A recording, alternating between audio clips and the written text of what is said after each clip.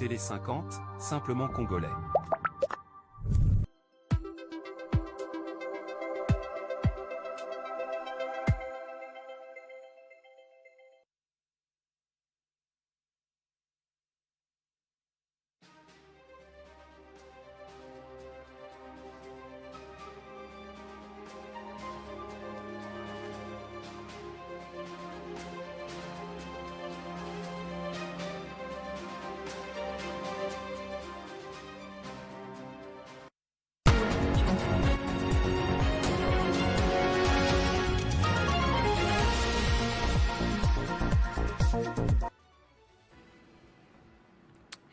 Au sommaire de ce journal, le président du Sénat, Samalou Kondé, a participé de manière active à l'Assemblée interparlementaire à Istanbul.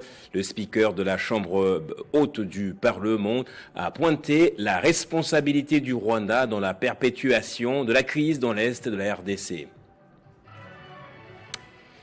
On l'a annoncé hier, 15 migrants expulsés des USA sont arrivés vendredi à Kinshasa dans le cadre d'un accord migratoire entre Kinshasa et Washington. Le gouvernement l'a confirmé et insiste sur son caractère temporaire.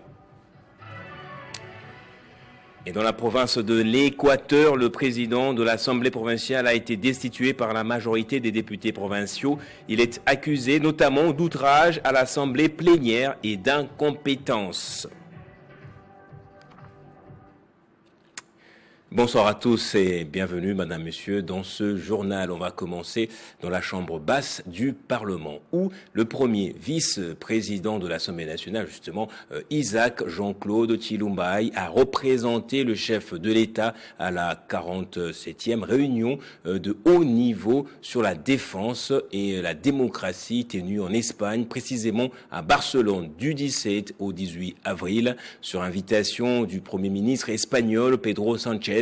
Ces assises ont porté sur la protection des institutions démocratiques, le multilatéralisme, la lutte contre la désinformation et la régulation de l'espace numérique. L'objectif des assises était de protéger la démocratie face à la montée des crises sécuritaires dans un contexte mondial qui met en difficulté l'état de droit, l'égalité entre les nations ainsi que la gouvernance et la justice.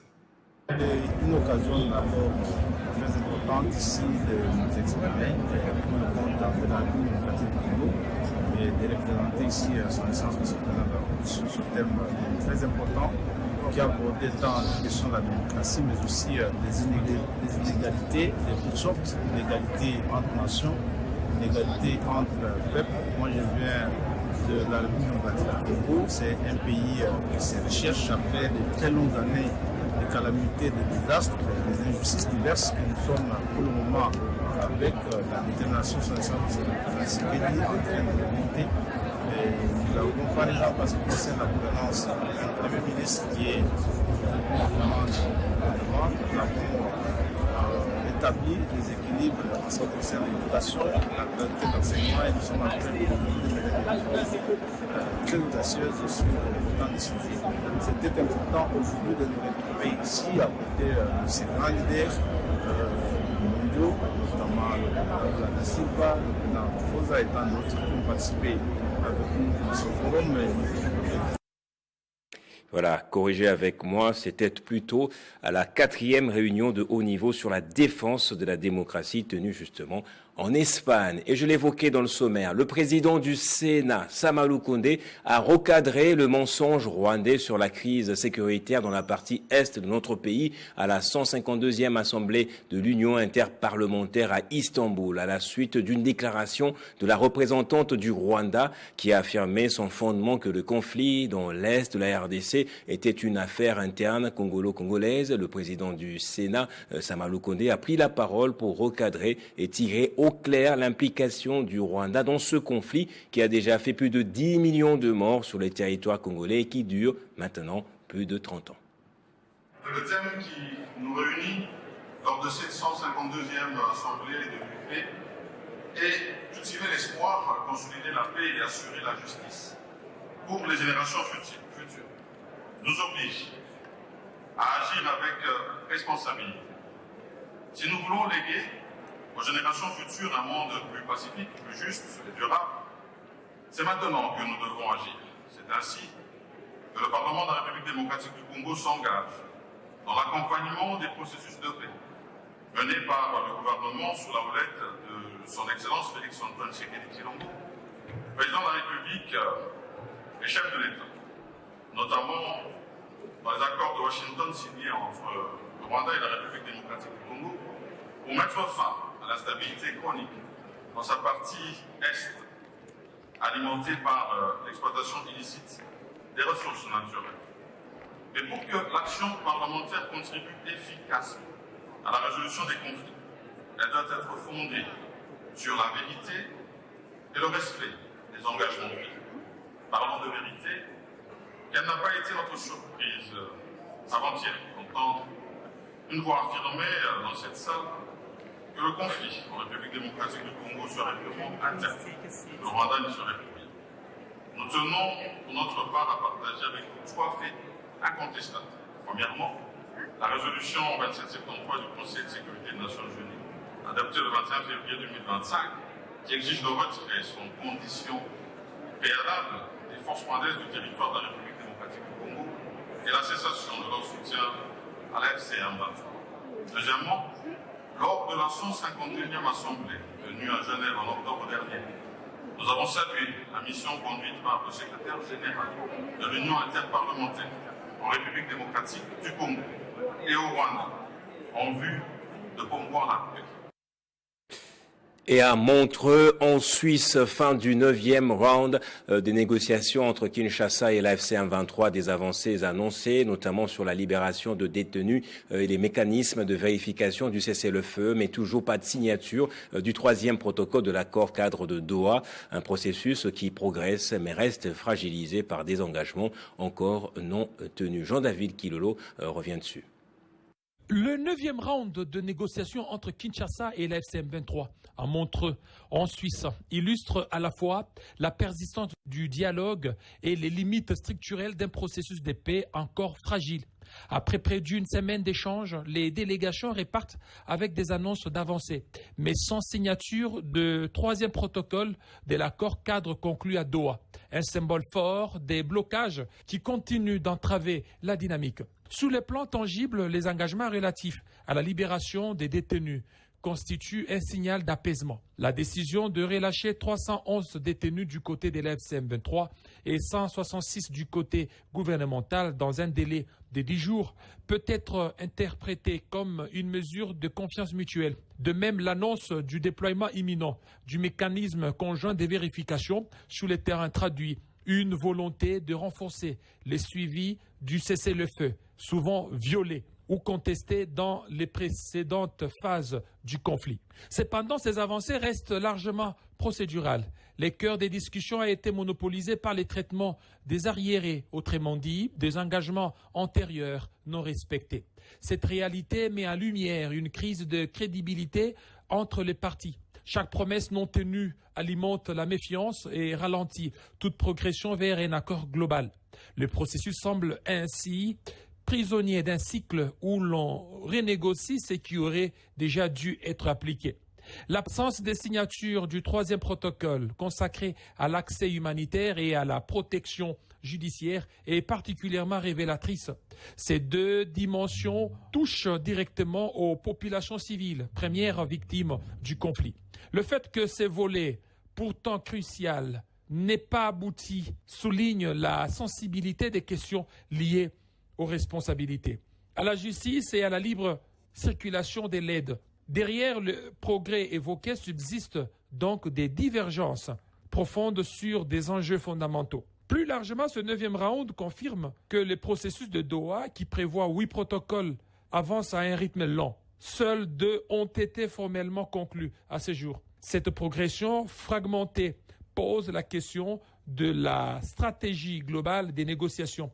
Faut-il continuer à multiplier les rounds sans garantie d'application ou repenser le cadre pour privilégier des engagements plus contraignants et vérifiables? Les discussions de Montreux traduisent une volonté de ne pas rompre le dialogue, ce qui demeure essentiel, mais elles révèlent aussi une réalité plus préoccupante.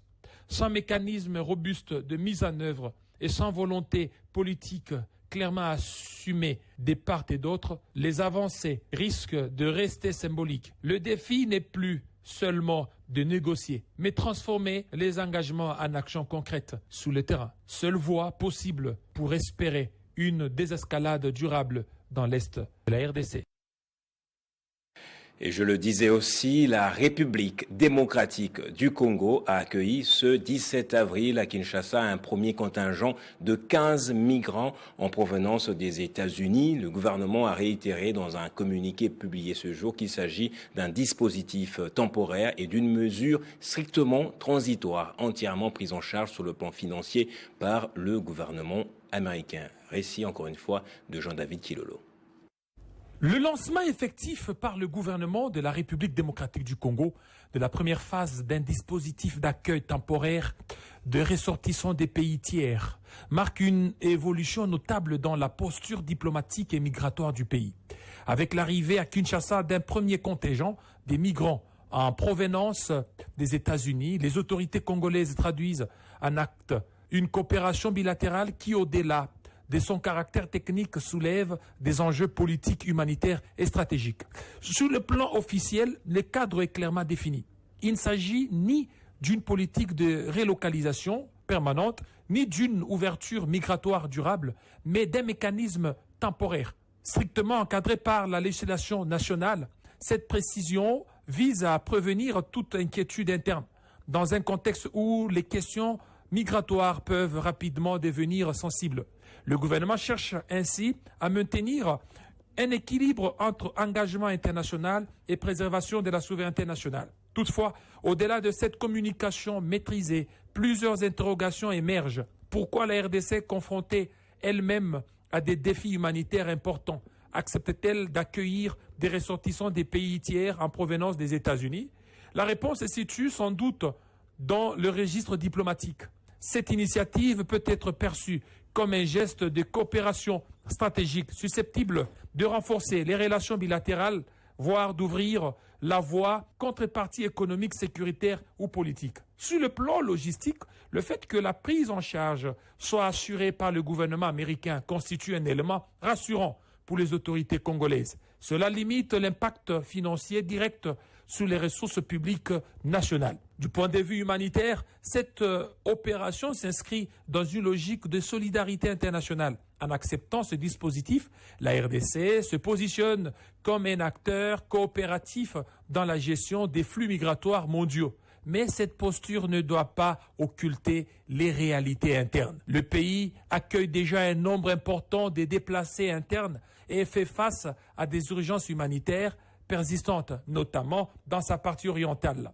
En définitive, ce mécanisme d'accueil temporaire apparaît comme un exercice d'équilibre délicat entre solidarité internationale, calcul politique et impératif de souveraineté. Le gouvernement congolais joue une carte stratégique dont les retombées devront être attentivement évaluées. La réussite de cette initiative dépendra non seulement du respect de son caractère temporaire, mais aussi de sa capacité à s'inscrire sans heurts dans le contexte socio-politique national. Et puis, suite à la crise au Moyen-Orient, le gouvernement national avait acté en fin de semaine une hausse significative des prix du carburant. Dans le communiqué du ministère de l'Économie nationale, il est précisé que cette mesure vise à préserver le pouvoir d'achat et de la population tout en intégrant les fluctuations du marché international et leurs répercussions au niveau national. Suivez. Par rapport au processus que nous connaissons tous qui se passe au Proche-Orient sur la guerre entre les États-Unis d'Amérique et toute la contrée du Proche-Orient, les prix ont effectivement augmenté, pétroliers, très sensiblement. Mais nous sommes contents par rapport aux travaux qui viennent de se faire aujourd'hui, puisque ces travaux ont démontré la technicité de notre comité chargé de la coordination sur la révision des prix des produits pétroliers, on s'attendait à ce qu'on puisse avoir des augmentations de prix très élevées, mais là, on est allé à des très légères augmentations Et de ce fait, nous avons d'abord commencé par la coordination qui a fait ce travail, le CRP. Et nous remercions aussi son Excellence, Monsieur le Vice-Premier ministre national, le professeur Daniel Mukoko Samba, pour cette organisation montée. C'est vraiment une machination, une intelligence placée pour que le travail se fasse dans de bonnes conditions et que la population ne puisse pas trop dépenser par rapport à d'abord son faible budget. Et ce qu'il est en train de faire, c'est vraiment un très grand travail et nous sommes très contents de ce travail. Et puis sur instruction ferme du commissaire divisionnaire principal Philémon Patience Mouchidi Yav, les inspecteurs de l'inspection générale de la police nationale congolaise ont investi depuis vendredi les lieux de détention de la capitale face à la multiplication des alertes concernant la situation des droits de l'homme dans les milieux carcéraux provisoires. L'inspecteur général de la police nationale congolaise ne s'est pas contenté de rapports de bureau, comme nous l'a dit dans ce commentaire Crispin Chimekoufoua. Sous les ordres du commissaire divisionnaire principal, cadres et inspecteurs de l'IGPNC ont été déployés simultanément à l'état-major du commissariat provincial ainsi que dans les 4 districts de la capitale. Ces déploiements s'est fixé 3 missions prioritaires. D'abord, faire l'état des lieux physiques des cellules de détention, contrôler la régularité des gardes à vue et la flagrance. À Lukunga, Funa, Moamba et Tchangou, les équipes du général Philémon Patience Mouchidi Yav ont passé au crible les registres d'écrou, interrogé les détenus et confronté les commandants d'unité sur les procédures en vigueur. Des constats sans complaisance sur terrain, la réalité est sans appel. Si la volonté de bien faire est présente chez certains chefs de poste, les défis structurels demeurent colossaux. Le commissaire supérieur principal, Alain Ilungangoy. Partout où nous avons été, le constat est que beaucoup reste à faire. C'est-à-dire que le défi de modernisation ainsi que du respect strict des normes sont réels. En fait, nous avons fait notre part. Nous allons présenter notre rapport acquis de droit pour des dispositions pratiques. Loin d'être une simple visite de courtoisie, cette mission devrait déboucher sur des actions concrètes. Un rapport détaillé, incluant les manquements constatés et les recommandations urgentes, sera transmis au vice-premier ministre en charge de l'intérieur, sécurité, décentralisation et affaires coutumières. Ces documents servira de base à la prise de dispositions pratiques pour améliorer les conditions de vie des citoyens en conflit avec la loi et veiller à ce que la police congolaise soit véritablement au service du respect de la personne humaine. Et puis plusieurs mesures fermes ont été annoncées en vue de restaurer l'ordre public et d'assainir la capitale congolaise. C'était à l'issue d'une réunion élargie du comité provincial de sécurité tenue à la maison communale et présidée par le gouverneur de la ville de Kinshasa, Daniel Bumba, le vendredi dernier. Cette rencontre stratégique a réuni les membres de l'exécutif provincial, les responsables de la police et de l'armée, les bourgmestres des 24 communes, les dirigeants des SIAT et sous-SIAT, ainsi que des représentants des structures des bases et de la société civile, notamment les conseils communaux et les chefs des quartiers. L'objectif était de définir des stratégies et des réponses concrètes pour restaurer l'ordre public dans la capitale congolaise. Au cours des échanges, les participants ont dressé un état des lieux préoccupants, marqué notamment par la recrudescence de l'insécurité, l'insalubrité persistante et les nuisances urbaines. Sur place, plusieurs pistes ont été proposées afin d'inverser la tendance. Makambo, c'est vrai que ebanda na batu, mais ils aura pas la solution na batu. Soki totiki, ils allaient le voir qu'on s'avouer vaincu. Ordre public et alignera Makambotali Bongo. Sécurité, Makambotali Bongo. Salubrité, na Makambotali tranquillité. À l'issue de la réunion, le gouverneur a annoncé une série de mesures immédiates. Sur le plan sécuritaire, il a décidé de renforcer les effectifs des SIAT et sous-SIAT accompagnés de moyens logistiques accrus afin d'améliorer la capacité d'intervention des forces de l'ordre. Nazali kobenga na conscience na biso nyonso. Nazali kosenga na biso nyonso implication moko particulière, surtout na makambo etali bosoto. Dans cette optique, Il a appelé à une collaboration étroite entre la police et les autorités communales ainsi que les structures locales. En matière de salubrité, le gouvernement provincial a doté les communes de camions bennes afin d'accélérer l'évacuation des déchets qui dégradent l'environnement urbain. Le gouverneur a insisté sur la nécessité d'une mobilisation collective pour assainir durablement la ville. S'agissant de la tranquillité publique, des mesures strictes ont été annoncées, notamment l'interdiction des marchés et garages pirates le long de grandes artères, la démolition des constructions anarchiques ainsi que le renforcement de la lutte contre les nuisances sonores. Avec ces décisions, l'exécutif provincial entend impulser une nouvelle dynamique dans la gestion de la ville et répondre aux attentes pressantes des habitants de Kinshasa. Le chargé de mission auprès de la Direction générale des recettes de Kinshasa, la DGRK, Gérard Kaja Kambowa, a participé à la première édition du village des transports de Kinshasa organisé par la corporation Montpilakar. Lors d'un panel, il a insisté sur le civisme fiscal et la régularisation administrative. Arlette Boutella.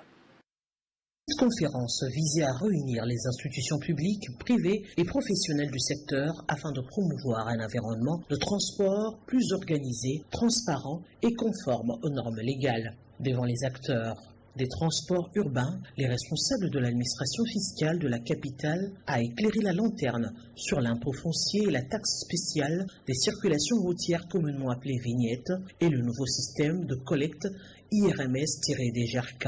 Dans son exposé, le patron de la Direction générale de recettes de Kinshasa a sensibilisé les chauffeurs et propriétaires de véhicules sur l'importance de la vignette, qui est une façon pour ces derniers de contribuer directement à la construction des infrastructures routières.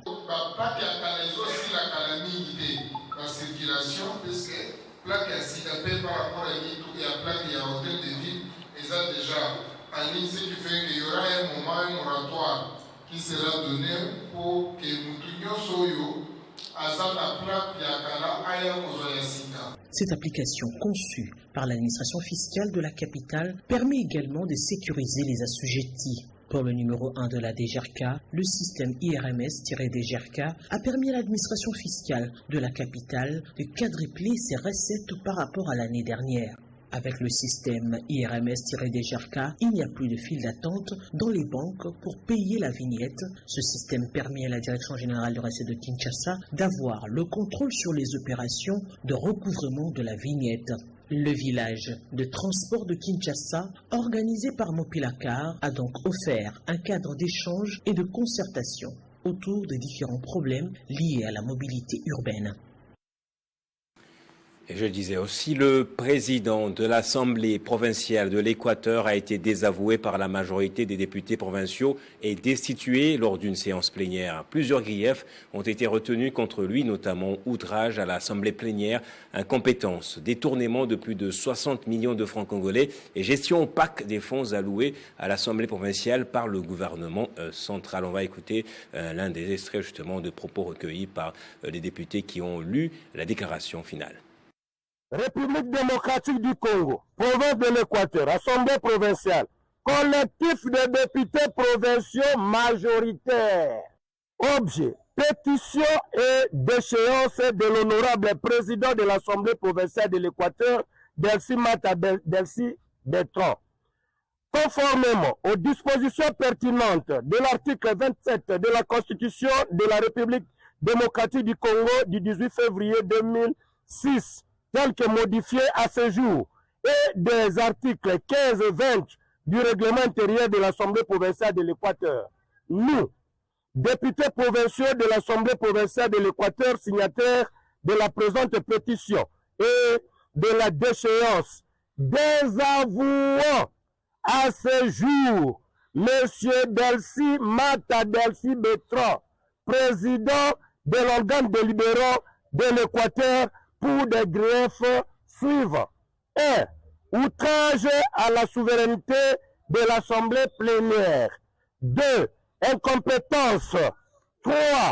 Détournement de plus de 60 millions de francs congolais en violation de l'article 23.21 de notre règlement intérieur.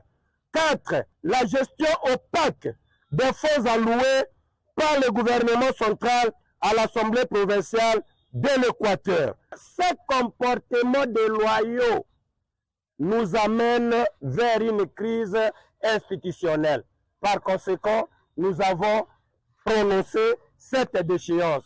Et conformément à notre règlement, il ne peut plus engager l'Assemblée provinciale. Parce que vous voyez ici, le bureau est composé de 5 membres. Et les 4 autres se sont désolidarisés de son comportement mesquin pour sauver l'institution qui est la nôtre. Et vous voyez que la majorité est déjà là.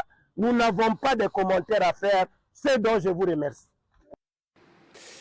Après 3 jours d'intenses réflexions à Kolwezi, le Front des indépendants pour la démocratie chrétienne, le FIDEC, a clôturé son congrès national extraordinaire en réaffirmant sa fidélité à son autorité morale, la gouverneure Fifi Masuka Saini, à travers sa déclaration générale de fin des travaux. Les cadres venus de toutes les provinces de la RDC, cette formation phare de la 5e force public du pays se déclare favorable à une éventuelle révision de la Constitution et se dit attaché à la vision du chef de l'État, Félix Tshisekedi.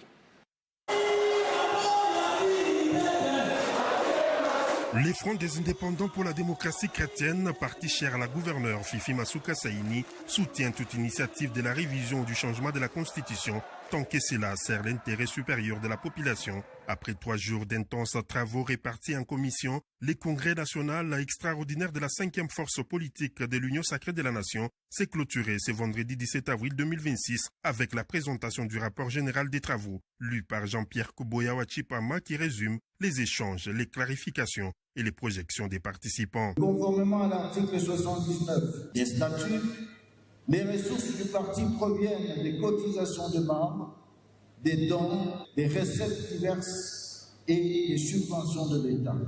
La déclaration des loyautés du Front des indépendants pour la démocratie chrétienne à l'endroit de son autorité morale a été lue par Judith Diambombo, suivie de celle de Roy Kaumba Mayonde Philippe, qui sanctionne ces assises historiques tenues 15 ans après la création de cette formation politique.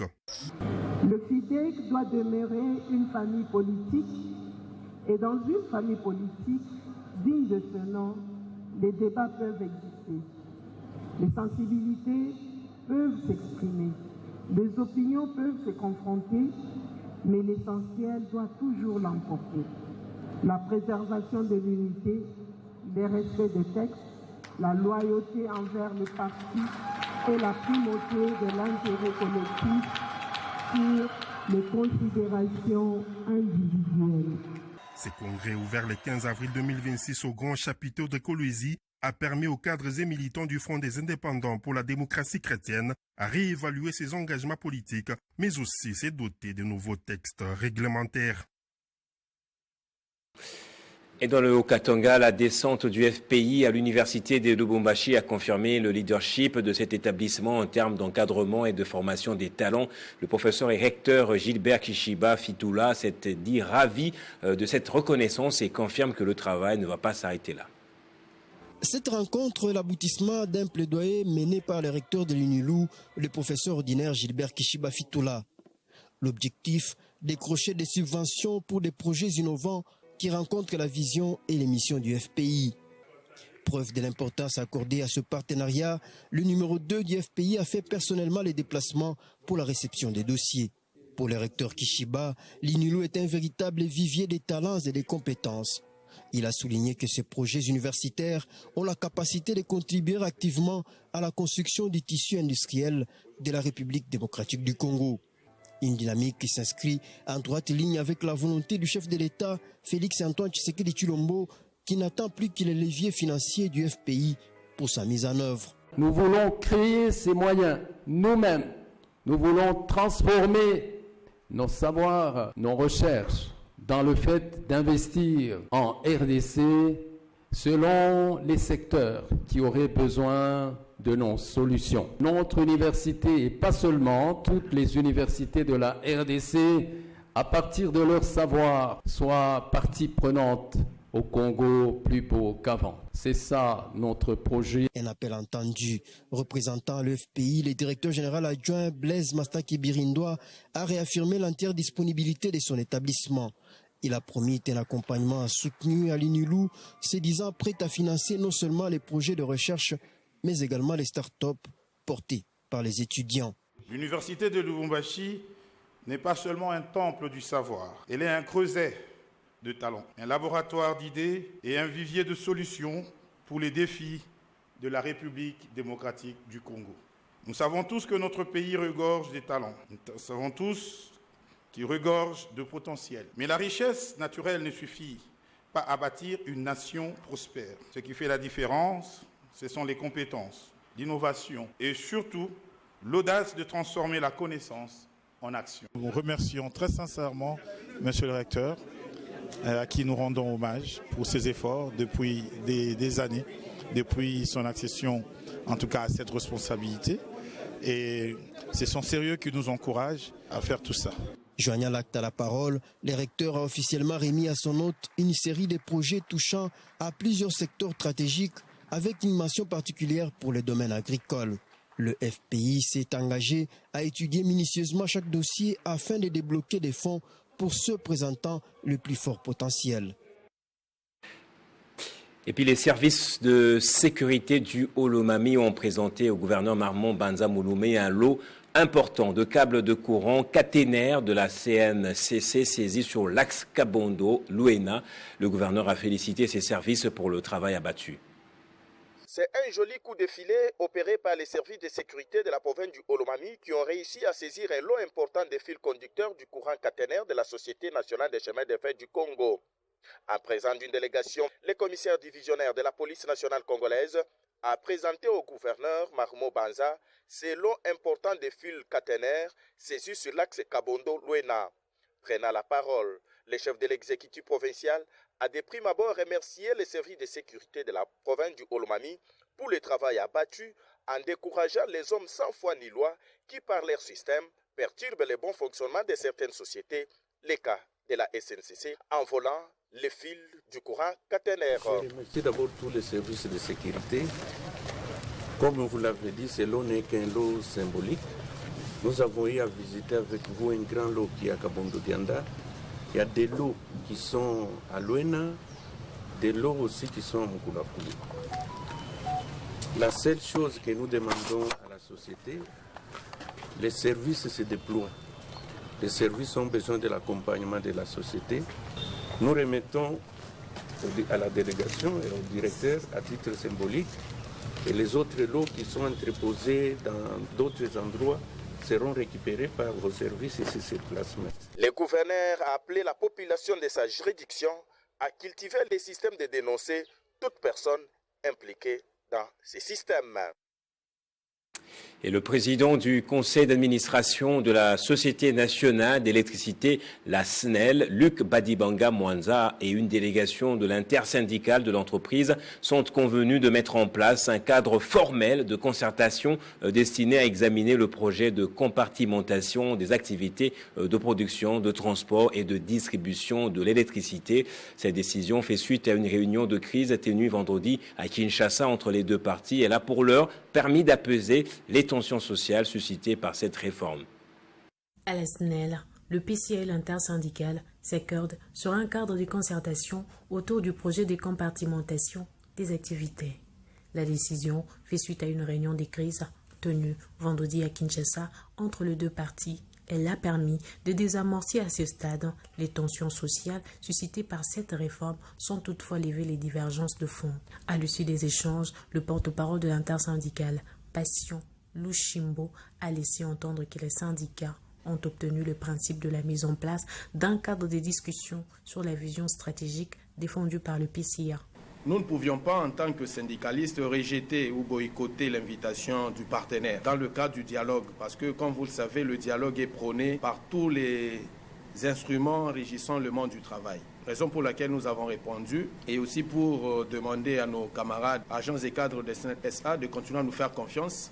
Si nous sommes venus ici, c'est pour besoin de paix, la paix sociale. Parce que sans cette paix-là, il nous sera difficile de faire avancer notre entreprise. Compte tenu des matières abondantes qui doivent être abordées entre parties, et nous voyons le conseil d'administration, la direction générale et le banc syndical pour que nous nous mettions ensemble en vue de diagnostiquer le réel problème qui guette l'entreprise pour des solutions adéquates. Et aussi par rapport à tout ce qui a été mené comme action au sein de l'entreprise, c'était dû au manque d'informations, dans le déficit communicationnel. Cet épisode met en évidence les contraintes structurelles auxquelles se heurtent les tentatives de réforme de grandes entreprises publiques congolaises. La SNEL, dont les performances restent en décalage avec les besoins du pays, occupe pourtant une place centrale dans les perspectives d'industrialisation et d'amélioration de la compétitivité de l'économie congolaise. Et puis les femmes membres du syndicat national des techniciens en développement et travailleurs du Congo ont clôturé le mois de mars dans un esprit de communion au terme d'une série de formations et d'enseignements axés sur la femme et ses droits. Ces activités ont été couronnées par une cérémonie de remise des brevets marquant la fin de ce cycle d'apprentissage. Le SINATEDERCO a outillé sa jante féminine des fondamentaux du syndicalisme, de l'éthique et de la déontologie de la femme syndicaliste. C'était lors d'une manifestation organisée pour célébrer le combat de ces femmes syndicalistes. À l'occasion de la cérémonie, un diplôme d'excellence a été décerné à son président, Bienvenue Moulinda, pour son combat sur la masculinité positive. Le Femme à l'honneur au siège du syndicat national des techniciens en développement rural du Congo. Loin de l'effervescence festive observée en mars, le SINATEDERCO a choisi la date du 17 avril pour célébrer à son tour les droits de la femme.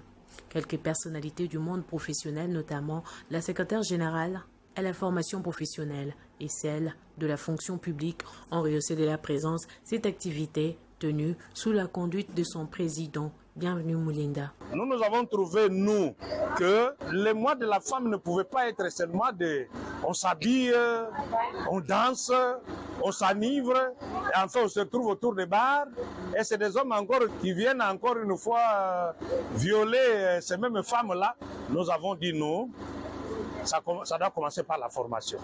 Les doter des capacités, renforcer leurs capacités, leur montrer le droit qu'elles sont censées non seulement revendiquer mais défendre. Dans son discours, la coordinatrice de la cellule des femmes du SINATEDERCO a appelé la jante féminine à défendre la dignité de la femme. On a besoin de la parité, la parité.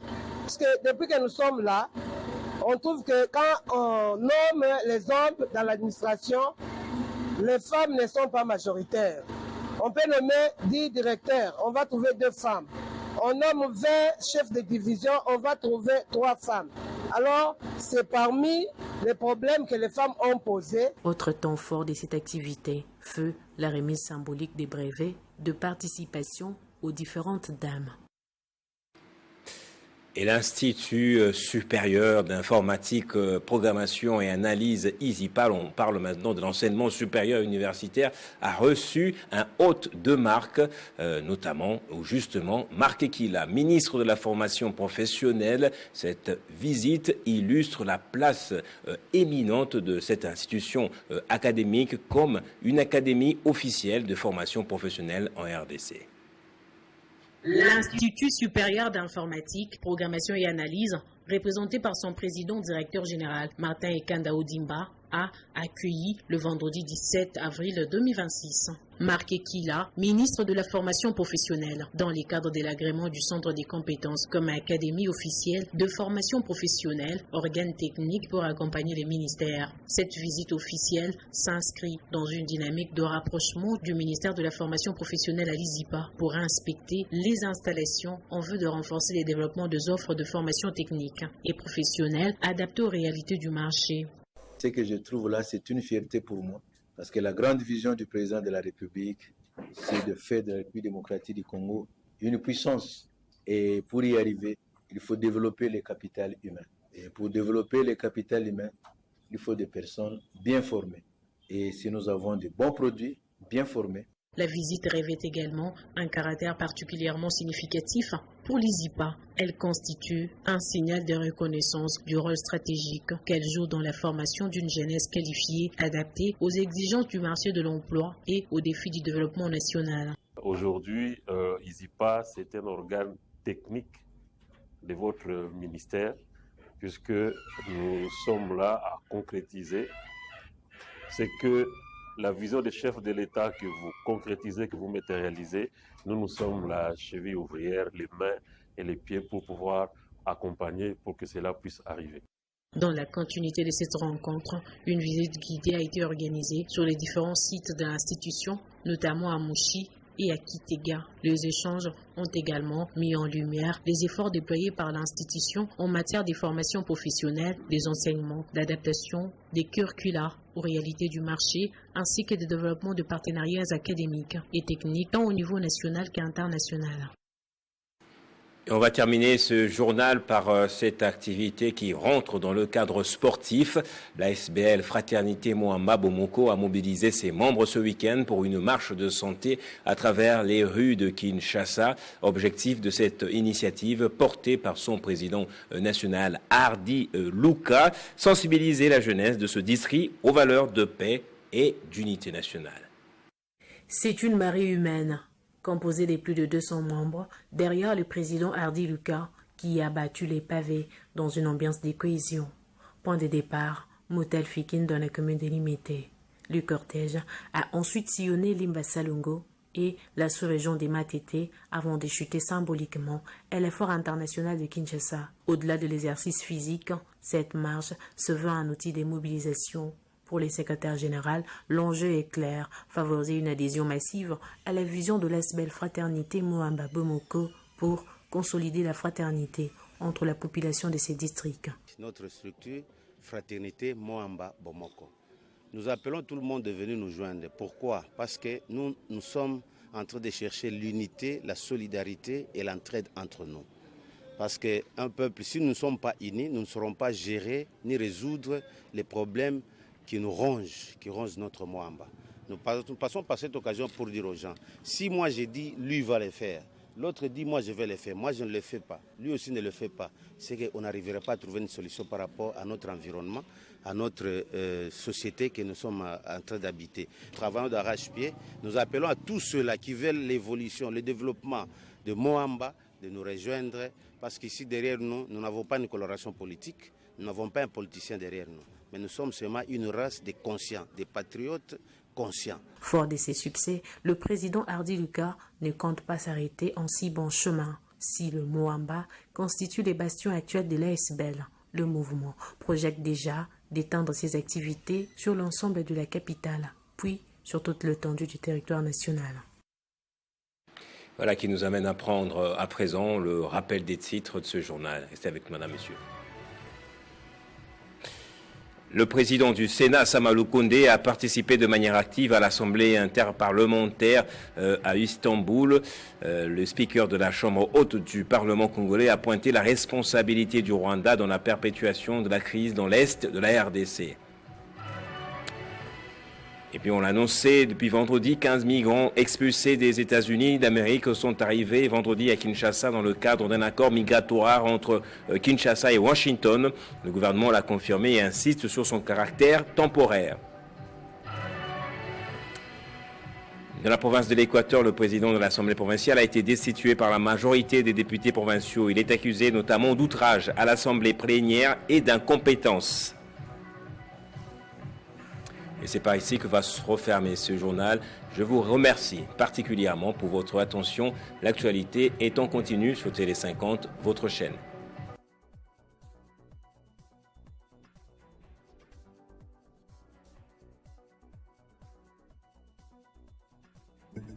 Retrouvez toute l'actualité en continu sur www.tele50.cd.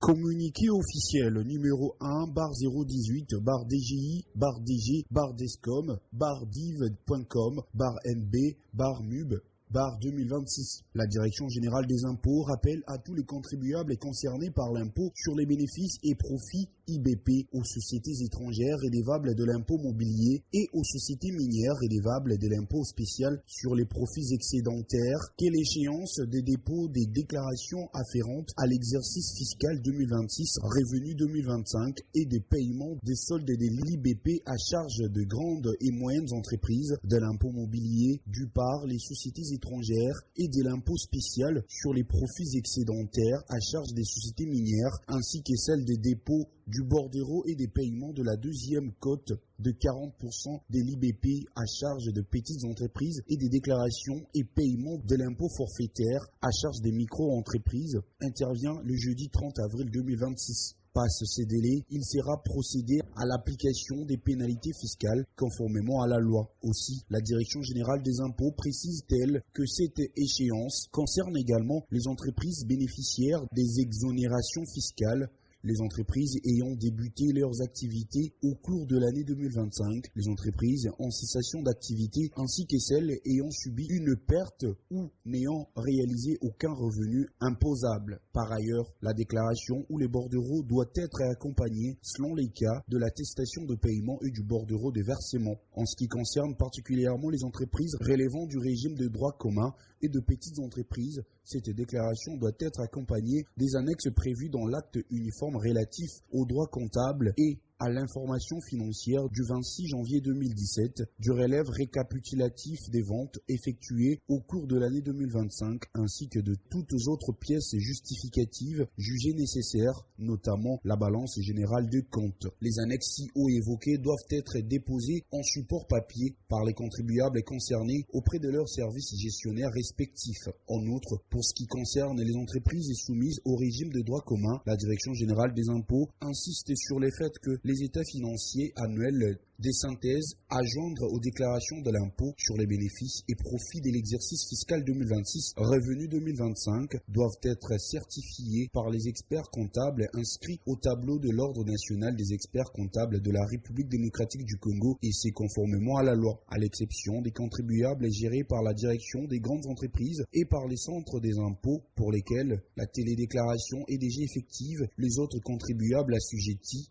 à ces impôts sont invités à télécharger leur formulaire de déclaration fiscale sécurisé sur les sites web de la DGI à l'adresse www.dgi.gouv.cd. Aussi sont-ils encouragés à privilégier la transmission par email de leurs déclarations et des preuves de paiement des 10 impôts aux adresses électroniques suivantes selon les cas: SMMO Bandundu, CDI Matadi, SMMO Équateur, SMMO Kasaï Oriental, CDI Lubumbashi, SMMO Kasaï Oriental, SMMO Maniema, CDI Goma, CDI Kisangani, SMMO Sud Kivu. Par ailleurs, les contribuables concernés par les impôts susvisés et gérés par les centres d'impôts synthétiques devront déposer leurs déclarations et preuves de paiement auprès de leurs services gestionnaires respectifs en attendant l'extension du système des dépôts par email et ou de la télédéclaration à leur bénéfice. Barnabé Mouakadi Mwamba, directeur général.